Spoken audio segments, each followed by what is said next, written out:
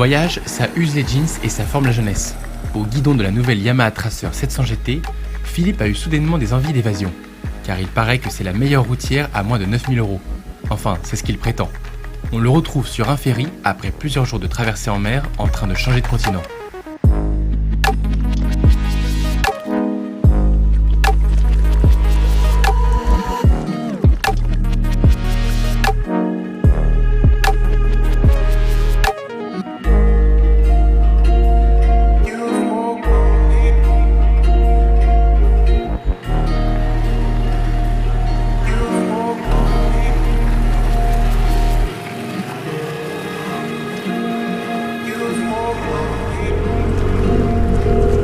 Ouais, salut les copains, alors je suis pas en train de traverser l'océan vers l'Amazonie, c'est dommage d'ailleurs, hein, mais je suis sur les boucles de la Seine au nord de Rouen et c'est super joli.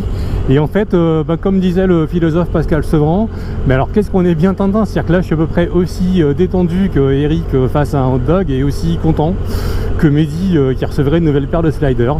Parce que sur cette 700 Tracer GT, ben voilà la position, moi je suis super bien assis, pourtant je suis assez grand mais tout est à sa place, il n'y a rien qui souffre, c'est d'un naturel mais alors confondant. Et puis ce qui me plaît dans cette machine, moi c'est le moteur. Je trouve que par rapport aux autres bicylindres concurrents, le petit CP2 Yamaha, il a vachement de qualité, il est souple, il est rond, il est assez vif, il est coupleux, il a de la longe. Alors là je suis en mode balade, hein, je suis le nez au vent au bord de l'eau et par les températures qu'il fait ça fait un bien fou. Des fois on peut rouler un peu plus vite avec sans forcer. Mais là je trouve que c'est vraiment une moto, un moteur en tout cas qui est super adapté à la balade et ça me plaît beaucoup.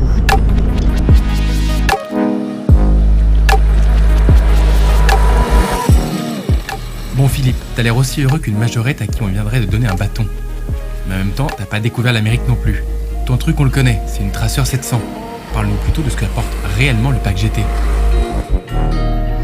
Eh oui, Raph, t'as raison, c'est vrai que Tracer 700, c'est GT, c'est une Tracer 700, puis c'est aussi une MT-07 qu'on connaît bien et qu'on a disséqué par tous les bouts chez Motorlife. Alors, allons droit au but, c'est cette version GT, qui d'ailleurs n'est plus sur le site Yamaha, parce qu'elle a eu un certain succès, et en fait, ils sont quasiment en rupture de stock.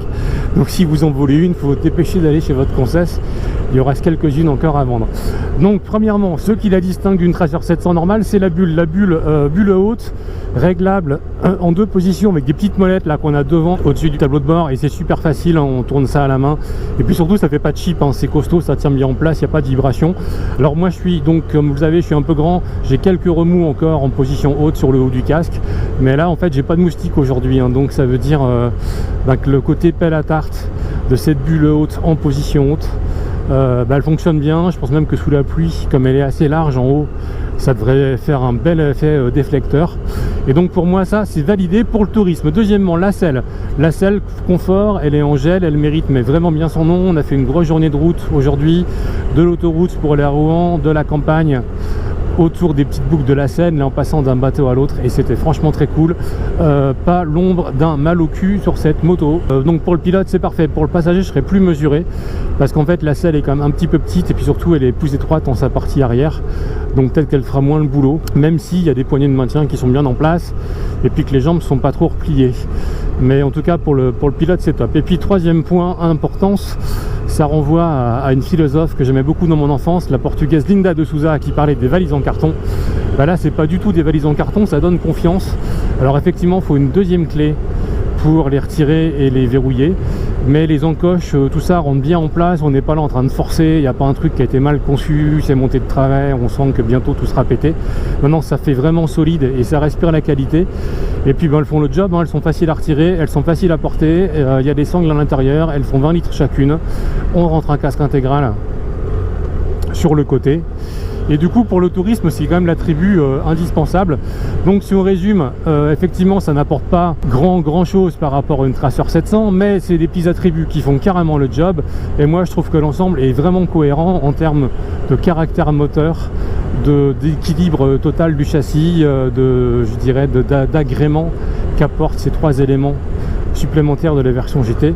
Et j'ai qu'une envie, c'est de continuer ma route. Alors pourtant le monde n'est évidemment pas à la perfection, sauf chez Maya. Bisous Maya. Et c'est vrai que bon, pour un jeune motard ça le fera peut-être. Moi je suis un petit peu plus vieux, des fois je roule un petit peu vite, mais toujours en sécurité. Ça manque quand même un peu de rigueur de suspension à l'attaque. Alors pourtant le châssis donne qu'une envie, c'est d'aller jouer, puis que les pneus, c'est des pilotes Road 4, c'est des bons pneus, donc on peut y aller en confiance.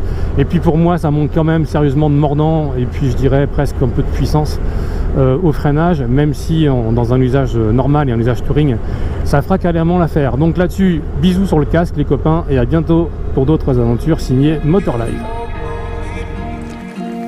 Plus sexy qu'une Suzuki V-Strom 650, plus agréable qu'une Kawasaki Versys 650, plus performante et plus confortable qu'une Honda NC 750X, la Yamaha Tracer 700 GT montre qu'un petit trail routier confortable et bien équipé est une formule aussi bien homogène que convaincante. Le tout à un tarif plutôt bien placé. Avec la Tracer 700 GT, redécouvrez les plaisirs de la route, même si on peut aussi se demander si la nouvelle Ténéré 700 ne va pas lui faire un peu d'ombre.